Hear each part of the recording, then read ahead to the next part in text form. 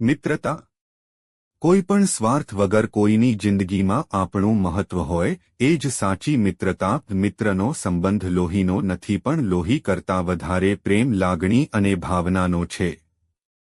જે સંબંધ ઘણીવાર જીવના જોખે પણ વ્યક્તિ સાચવે છે. મિત્રો, આજે હું તમને એક એવી સત્ય ઘટના જણાવવા જઈ રહી છું જે જાણ્યા બાદ કદાચ તમે સમજી શકશો કે જીવન જીવવું હોય તો કેવી રીતે જીવાય. એક નાનું અમથું ગામ હતું અને ગામમાં 4 લંગોટિયા મિત્રો સતત સાથે જ હોય. પોતપોતાના કામ પતાવી ચારે જણા રોજ મળે અને સુખદુઃખની વાતો કરે. આ 4 મિત્રોમાંથી એક મિત્રની આર્થિક સ્થિતિ થોડી નબળી હતી. બાપુજીનું નિધન થઈ ગયું હતું અને બીજી 2 નાની બહેનો હતી. કુદરતના એવા લેખ હશે કે એ મિત્રનું અકસ્માતમાં અકાળે નિધન થઈ ગયું. ઘરમાં કોઈ કમાણી રહી નહીં. ઘરનો તમામ બોજ વૃદ્ધ માતાના શિરે આવી ગયો અને 2 બહેનોના લગ્ન પણ કરવાના બાકી હતા. પણ કહેવાય છે ને, મિત્રતાથી મોટો કોઈ સંબંધ નથી હોતો. બાકી વધેલા 3 મિત્રોમાંથી એક મિત્ર દ્વારા લોકડાયરાનું આયોજન કરવામાં આવ્યું. સારામાં સારા કલાકારો અને સાહિત્યકારોને આમંત્રિત કરવામાં આવ્યા. આજુબાજુના ગામડાઓમાં ડાયરાના આયોજનનો પ્રચાર કરવામાં આવ્યો. નક્કી કરેલી તારીખે ડાયરાની રમઝટ જામી અને 3 મિત્રોમાંથી જે આર્થિક સંપન્ન હતો, જેના દ્વારા ડાયરાનું આયોજન કરવામાં આવ્યું હતું, કહેવાય છે કે તે મિત્ર દ્વારા ડાયરામાં 32 લાખ રૂપિયાની છોડો ઉડાડવામાં આવી.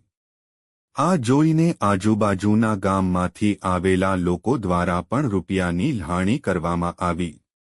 એવામાં વાત વહેતી થઈ ગઈ કે પોતાના મરણ પામેલા મિત્રની મદદ કરવા માટે એક મિત્ર દ્વારા ડાયરાનું આયોજન કરવામાં આવ્યું છે. પછી તો પૂછવું જ શું. જેમ જેમ રાતનો પહોર ચડતો ગયો અને ડાયરાની રમઝટ જામતી ગઈ તેમ તેમ રૂપિયાનો વરસાદ થતો ગયો. જ્યારે આ વાતની ખબર ડાયરાના કલાકારોને થઈ ત્યારે એમના દ્વારા પણ ડાયરા પેટે પોતાનું મહેતાણું જતું કરીને માત્ર 51 રૂપિયા ચાર્જ લીધો.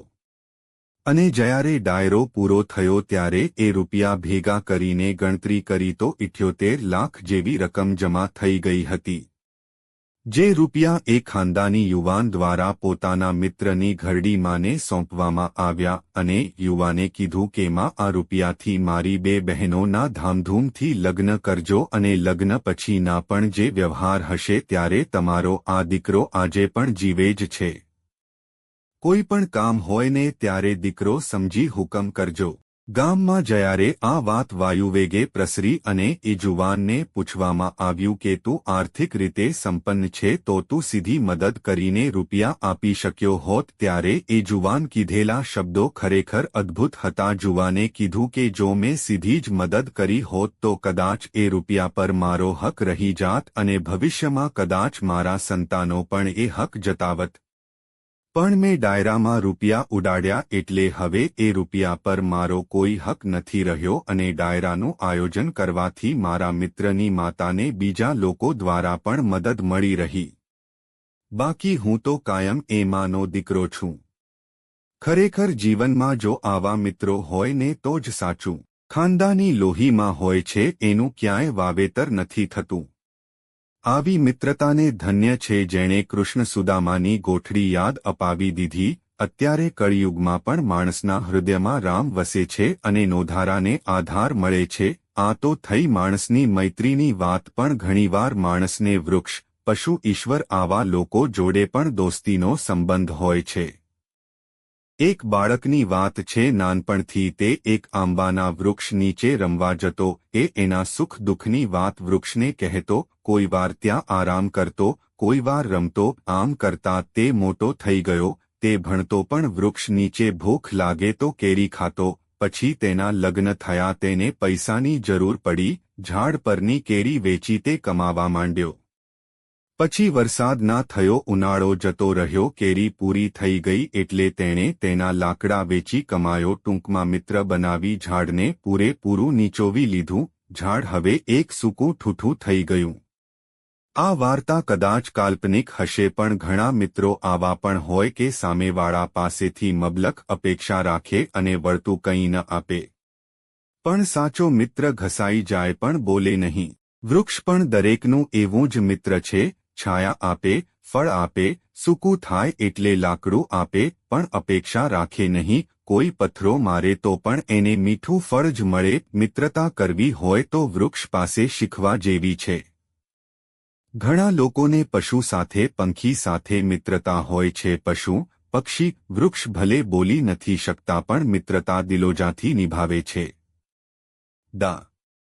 તક કૂતરા જેવું વફાદાર પ્રાણી જોવા ન મળે. એના માલિકની કાયમ રક્ષા કરે અને મદદ કરે છે.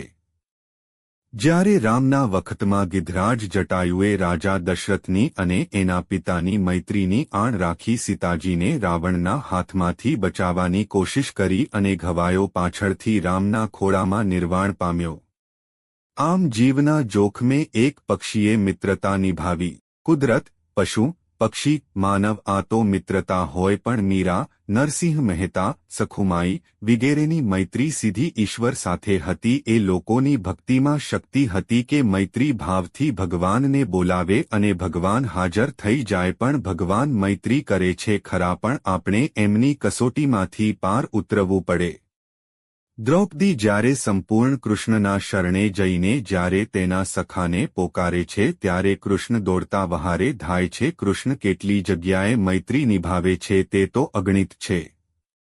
બાલપણમાં ગોપી ગોપ બાળકો સાથેની લીલા કૃષ્ણની સાચી મૈત્રીનું ઉદાહરણ છે. રાધા કૃષ્ણની મૈત્રી અમર થઈ ગઈ. એમનો પ્રેમ પરમ થઈ અને પૂજાયો છે અને આજે પણ મંદિરમાં રાધા કૃષ્ણ પૂજાય છે. છેલ્લે વિચારીએ તો જગતના દરેક જીવની અખંડ મૈત્રી કુદરત જોડે કહેવાય જે દરેક જીવને સારું ખોટું વિચાર્યા વગર હવા પાણી ખોરાકની વ્યવસ્થા કરે છે.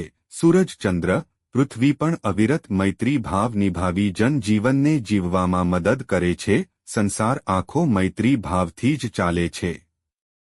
મૈત્રી વગર જગતનો વ્યવહાર શક્ય જ નથી. આખું જગત એકબીજાની મૈત્રી નિભાવે છે. રાષ્ટ્ર વચ્ચે, દેશ વિદેશ વચ્ચે મૈત્રીથી વ્યવહાર ચાલે છે. આપણી પાસે જે નથી તે આપણે બીજા દેશમાંથી આયાત કરીએ છીએ તથા આપણી પાસે જે છે તેની નિકાસ કરીએ છીએ. આવી રીતે બધા એકબીજાની જરૂરિયાત પૂરી કરીએ છીએ. સૌથી સુંદર મૈત્રીનું ઉદાહરણ પૂજ્ય મોદીજીએ પૂરું પાડ્યું છે. બધા દેશો જોડે મૈત્રી કરી એમણે આપણા દેશની શાન વધારી છે. તાજેતરના ઉદાહરણમાં યુક્રેનમાં ભણતા વિદ્યાર્થીઓને આપણે રશિયા સાથેની મૈત્રીને કારણે જ ભારત પાછા લાવી શક્યા છીએ. મૈત્રી વિશે વિચારીએ તો ચોક્કસ કહી શકાય. મૈત્રી ભાવનું પવિત્ર ઝરણું મુજ હૈયામાં વહ્યા કરે. શુભ થાઓ આ સકલ વિશ્વનું એવી ભાવના નિત્ય રહે. અને આવી ભાવના જો દરેક હૃદયમાં રહે તો મૈત્રી અખંડ આજીવન રહે અને આ જગતમાંથી વિદાય લીધા પછી પણ આ મૈત્રી અમર થઈ જાય.